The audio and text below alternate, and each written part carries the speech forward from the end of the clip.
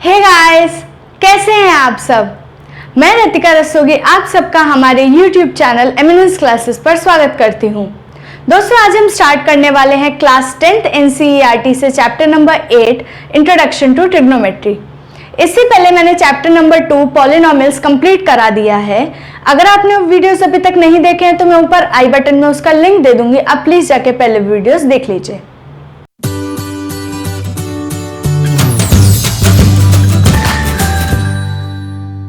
दोस्तों, trigonometry start करने से पहले मैं आपको दो केसेस बताना चाहती हूँ। उसकी हेल्प से हम अपनी स्टडी कर पाएंगे और आसानी से समझ में आएंगी आपको चीजें। ठीक है, फर्स्ट केस में सपोज कीजिए कि आप अपनी बैल्कनी पे खड़े हुए हैं और नीचे ग्राउंड में जस्ट ऑपोजिट में आपके एक फ्लावर पॉट रखा हुआ है, ग्राउंड पे रखा हुआ है। ठीक है, आप ऊपर से उस फ्लावर पॉट को नीचे देख रहे हैं। ठीक है, क्या उस फ्लावर पॉट के पास जाए बिना उस फ्लावर पॉट से अपनी बिल्डिंग के डिस्टेंस क्या आप फाइंड आउट कर सकते हैं? आपको लग रहा होगा ये कैसे पॉसिबल है। चलिए दूसरा केस लेते हैं। सपोज आप ग्राउंड पे खड़े हुए हैं और आपके जस्ट सामने एक इलेक्ट्रिसिटी पोल है। ठीक है, आप नीचे से उस पोल को देख रहे हैं। क्या उस पोल के पास जाए बिना आप उस पोल की हाइट फाइंड आउट कर सकते हैं? अगेन आपको लग रहा होगा कि ये चीजें कैसे पॉसिबल है, बिना पास जाए हम कैसे फाइंड आउट करेंगे? ये सब चीजें ट्रिग्नोमेट्री की हेल्प से पॉसिबल है। ट्रिग्नोमेट्री जो हमारा वर्ड है ना, वो 3 ग्रीक वर्ड से मिलकर बना हुआ है। फर्स्ट है ट्राई, सेकंड है गॉन और थर्ड है मेट्रॉन। ट्राई का मतलब होता है 3, गॉन का मतलब होता है साइड्स और मेट्रॉन का मतलब होता है major. So what is trigonometry? Trigonometry is the relationship between sides and angles of a triangle. ठीक है, साइड्स और उनके एंगल्स के बीच में ट्रिग्नोमेट्री हमें रिलेशंस बताती है। यहाँ जो हम स्टडी करने वाले हैं वो होंगे हमारे राइट एंगल ट्राइंगल्स। ठीक है, तो हम पूरी जो ट्रिग्नोमेट्री की स्टडी फिलहाल करने वाले हैं वो होने वाली है हमारे राइट एंगल ट्राइंगल पे। ठीक है, राइट एंगल ट्राइंगल आप जानते हैं ना, यही होता है जिसका एक एंगल कैसा हो, 90 डिग्री होता है। तो सिर्फ ट्रिग्नोमेट्री की हिस्ट्री बहुत पुरानी है। इजिप्ट और बेबीलोन में सबसे पहले इस पे बेस्ड काम किया गया था और पुराने जो एस्ट्रोनॉमर्स थे वो अर्थ से स्टार्स और प्लैनेट्स के बीच की जो डिस्टेंस फाइंड आउट करते थे वो भी ट्रिग्नोमेट्री की हेल्प से ही की जाती थी। आज के टाइम पे भी इंजीनियरिंग से लेकर और भी सारे फील्ड्स हैं जहां पर ट्रिग्नोमेट्री का बहुत ज़्यादा यूज़ है। तो हम ये नहीं कह सकते कि ट्रिग्नोमेट्री हमारे रियल लाइफ में एग्जिस्ट नहीं करती, इसके बहुत सारे रियल लाइफ एप्लीकेशंस हैं। दो तो केस आपको मैंने अभी अभी बताया ना, ये चीज़ें हम ट्रिग्नोमेट्री की हेल्प से आसानी से फाइंड आउट कर सकते हैं। दोस्तों, ट्रिग्नोमेट्री में राइट एंगल ट्राइंगल्स की हेल्प से हम पढ़ने वाले हैं। आपने रेशोस तो सुने ही हैं, रेशोस क्या होते हैं। तो यहाँ पे हम ट्रिग्नोमेट्रिक रेशोस फाइंड आउट करने वाले हैं। कैसे फाइंड आउट करते हैं और क्या चीजें हैं देखते हैं। देखिए, ये जो हमारा राइट एंगल ट्राइंगल है, सपोज एंगल ए मैं कंसिडर करूं, ये वाला एंगल। ठीक है, तो ये वाला एंगल के जो सामने वाली साइड होती है उसको हम क्या बोलेंगे, साइड ऑपोजिट टू एंगल है। ठीक है, ये साइड कहलाती है side opposite to angle A.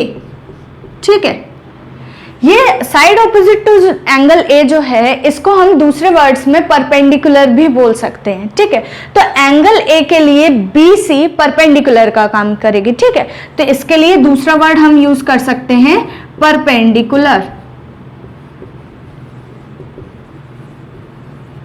ठीक है, अच्छा, ये वाली जो साइड है देखिए उसको क्या बोलते हैं, उसको बोलेंगे साइड एडजेसेंट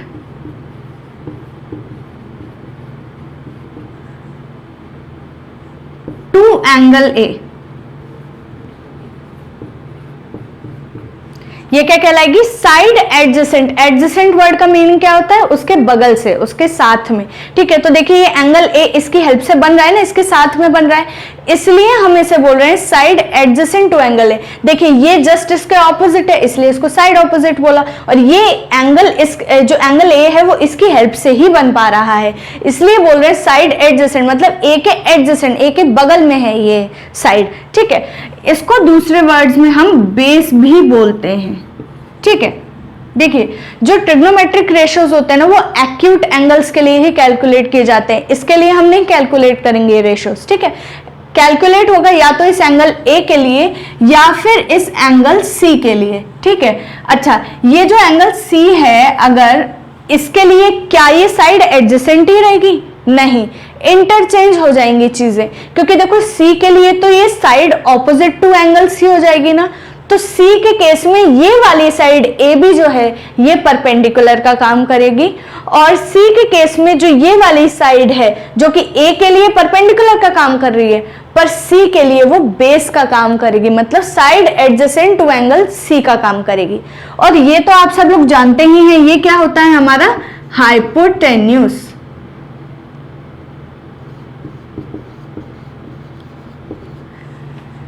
दोस्तों यहाँ पे पाइथागोरस थ्योरम का सबसे ज्यादा यूज होने वाला है। पाइथागोरस थ्योरम आप सबको याद होगी, नहीं याद है तो आप देख लीजिए क्या होती है पाइथागोरस थ्योरम, कि जो हमारा हाइपोटेन्यूस होता है ये 90 डिग्री के जस्ट सामने वाली साइड होती है, वो जो साइड होती है उसका अगर मैं स्क्वायर करूं, AC का स्क्वायर करूं, तो वो किसके इक्वल होगा? AB का स्क्वायर प्लस BC का स्क्वायर। क्या होगा? AB का स्क्वायर प्लस BC का स्क्वायर। ये हमारी पाइथागोरस थ्योरम है और ये आपको याद होनी चाहिए, ठीक है। इसका बहुत हम लोग यूज करने वाले हैं यहाँ पर। तो अब आपको समझ में आ गया, ये एंगल ए के लिए ये वाली साइड होगी परपेंडिकुलर, ये बेस होगी और ये हाइपोटेन्यूस है। अब चलिए एंगल ए के लिए ही मैं ट्रिग्नोमेट्रिक रेशियोज आपको बताने वाली हूँ। 6 ट्रिग्नोमेट्रिक रेशियोज होते हैं। पहला रेशियो उसमें होता है हमारा sine of angle A, sine of angle A. अभी एंगल ए के लिए बात कर रही हूं, देखिए एंगल ए के लिए भी निकाल सकते हैं, सी के लिए भी निकाल सकते हैं, अभी मैं सिर्फ ए के लिए बात कर रही हूं। साइन ऑफ एंगल ए जो है इसको हम शॉर्ट में एब्रिविएट करके लिखते हैं साइन ए,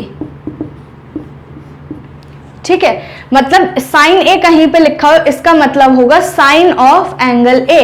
साइन जो SIN है वो इसका एब्रिविएटेड फॉर्म है, ठीक है। साइन ऑफ एंगल ए क्या होता है? एंगल ए के जो ऑपोजिट साइड है, मतलब sine of angle A is equal to side opposite to angle A upon hypotenuse. देखो हाइपोटेन्यूज तो चाहे एंगल ए हो चाहे एंगल सी हो सबके लिए सेम रहने वाला है ना, तो ये साइन ए, हाइपोटेन्यूज में मतलब कोई चेंज नहीं आएगा, साइन ए की वैल्यू हो जाएगी side opposite to angle A upon hypotenuse. दूसरे शब्दों में हम ये भी लिख सकते हैं ना, परपेंडिकुलर अपॉन हाइपोटेन्यूज।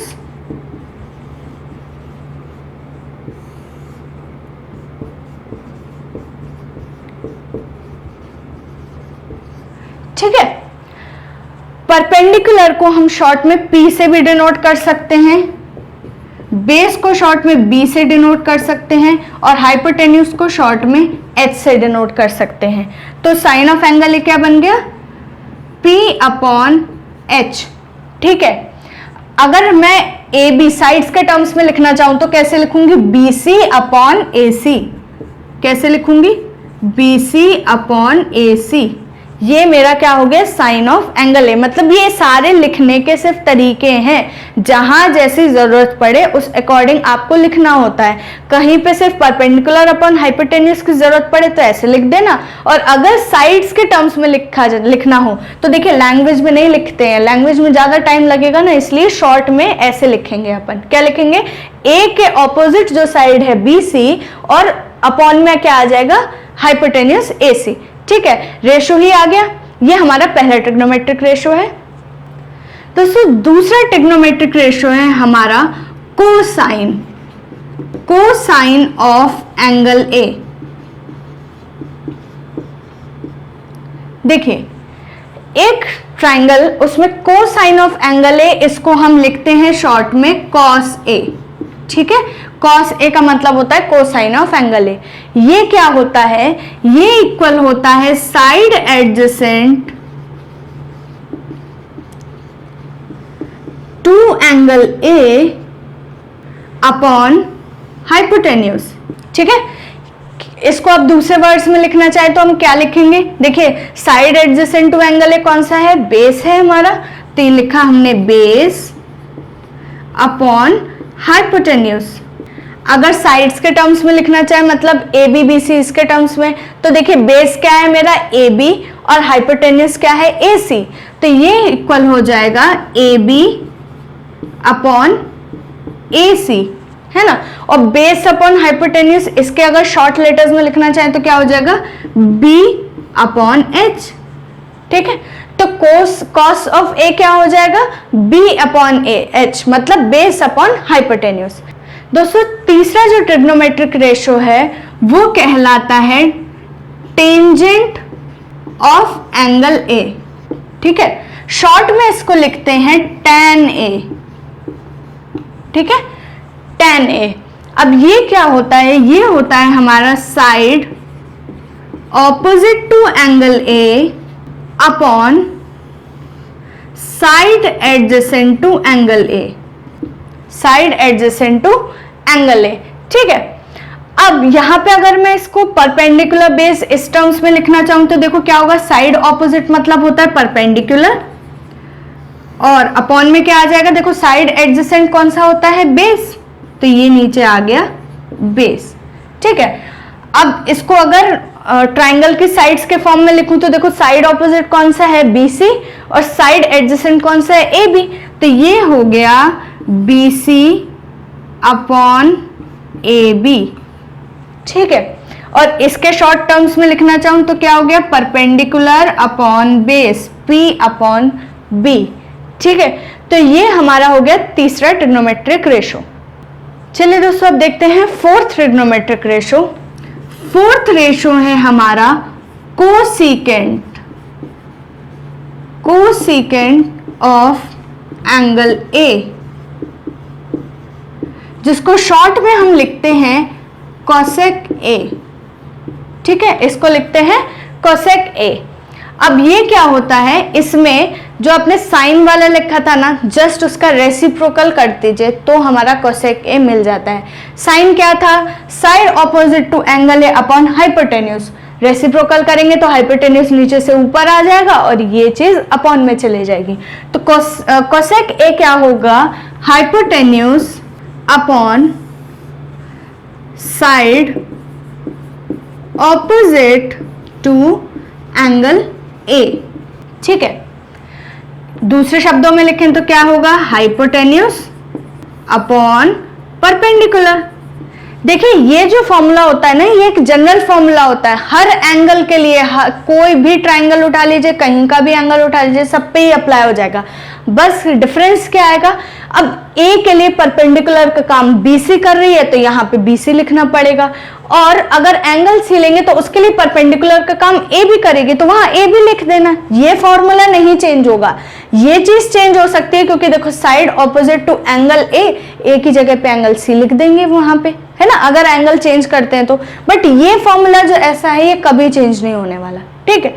अब देखिए हाइपोटेन्यूज की यहाँ क्या वैल्यू है AC और परपेंडिकुलर की यहाँ क्या वैल्यू है BC, तो ये हो गया AC अपॉन BC।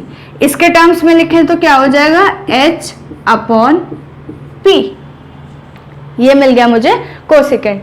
कोसिकेंट आपको याद नहीं रखना है, आपको आने वाले जो दो और ट्रिग्नोमेट्रिक रेशोज है ना, उनके लिए ये वैल्यूज याद नहीं रखनी है, आपको याद रखनी है मेनली तीन, जो साइन कॉस और टैन, ये तीन वैल्यूज मैंने बताई हैं आपको, ये आपको याद रखना जरूरी है।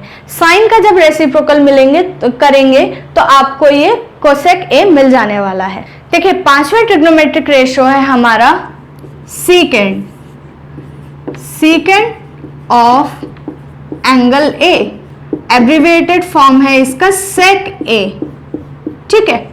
सेक ए क्या होता है हमारा, ये कॉस ए का रेसिप्रोकल होता है। तो कॉस में क्या लिखा था हमने, side adjacent to angle A upon hypotenuse, यहां जस्ट इसका रेसिप्रोकल कर दीजिए तो ये आएगा हमारा hypotenuse upon side adjacent to angle ए।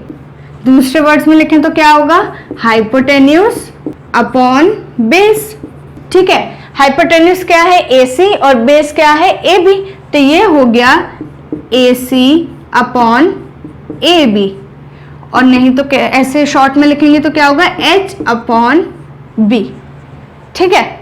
तो ये हमारा हो गया फिफ्थ ट्रिग्नोमेट्रिक रेशो। अब बात करते हैं हमारे सिक्स्थ ट्रिग्नोमेट्रिक रेशो की, जो कि है cotangent of angle A. Short में लिखते हैं इसको कॉट ए। ठीक है, ये क्या होता है, ये tan A का रेसिप्रोकल होता है। tan A क्या था, side opposite to angle A upon side adjacent to angle A, ये इसका रेसिप्रोकल है। मतलब क्या लिखेंगे, पहले लिखेंगे side adjacent to angle A upon side opposite to angle A. ठीक है, दूसरे शब्दों में लिखें तो क्या होगा, साइड एडजेसेंट कौन सा होता है, बेस, और साइड ऑपोजिट कौन सा होता है, परपेंडिकुलर। ठीक है, अगर इसको ट्राइंगल के टर्म्स में लिखें तो देखिए बेस क्या है, ए बी, और परपेंडिकुलर है बी सी, तो ये हो गया A B upon B C. और इसी के शॉर्ट फॉर्म में लिखें तो ये हो गया base upon perpendicular, B upon P. ठीक है दोस्तों, अभी जो लास्ट के 3 बताए मैंने बोला है उसको आपको याद नहीं रखना है, आपको फर्स्ट 3 लर्न रखने हैं, उसके बाद ये ऑटोमेटिकली याद हो जाएंगे। क्यों, क्योंकि जस्ट ये रेसिप्रोकल होते हैं। दोस्तों चलिए इसी तरीके से हम एंगल सी के लिए सारे 6 ट्रिग्नोमेट्रिक रेशियोज फाइंड आउट करने की कोशिश करते हैं। देखिए क्या होगा, सबसे पहले मैं निकालती हूं साइन सी।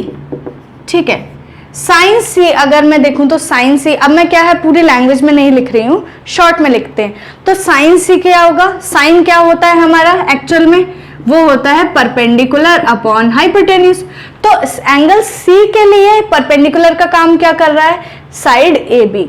ठीक है, तो साइन सी क्या हो जाएगा, ए बी अपॉन हाइपोटेन्यूज, तो यही सेम है ना, तो हाइपोटेन्यूज हो जाएगा ए सी। आपको जिस एंगल के लिए पूछा जाए उस एंगल पे फोकस रखना है, उस एंगल के ऑपोजिट वाली साइड, उसके एडजेसेंट वाली साइड और हाइपोटेन्यूज, ये 3 चीज अगर आपके दिमाग में रहेंगी तो आप ये कभी गलत नहीं करेंगे। ठीक है, तो एंगल सी के लिए ऑपोजिट साइड ये है, एंगल ए के लिए एडजेसेंट थी पर सी के लिए ऑपोजिट है। ठीक है, तो ये आ गया साइन सी। अब दूसरा देखते हैं कॉस सी। कॉस सी, देखो कॉस सी क्या होता है, कॉस क्या होता है, बेस अपॉन हाइपोटेन्यूज।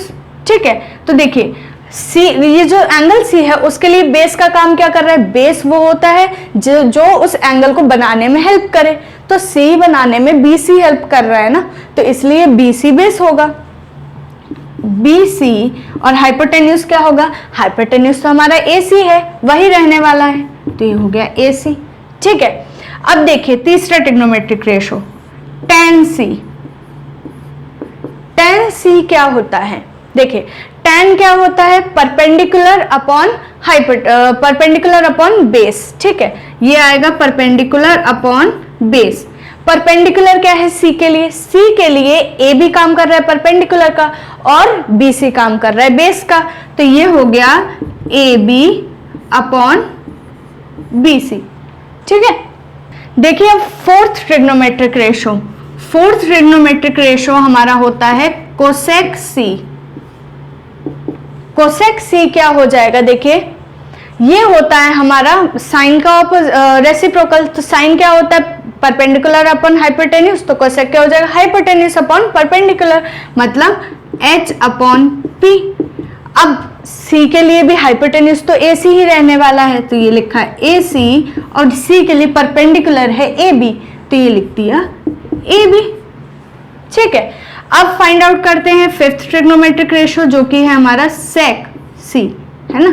सेक सी क्या है हमारा, ये है हाइपोटेन्यूज अपॉन बेस, है ना। सेक रेसिप्रोकल होता है किसका, कॉस का, तो ये जो सेक सी आएगा ये क्या आएगा, हाइपोटेन्यूज अपॉन बेस।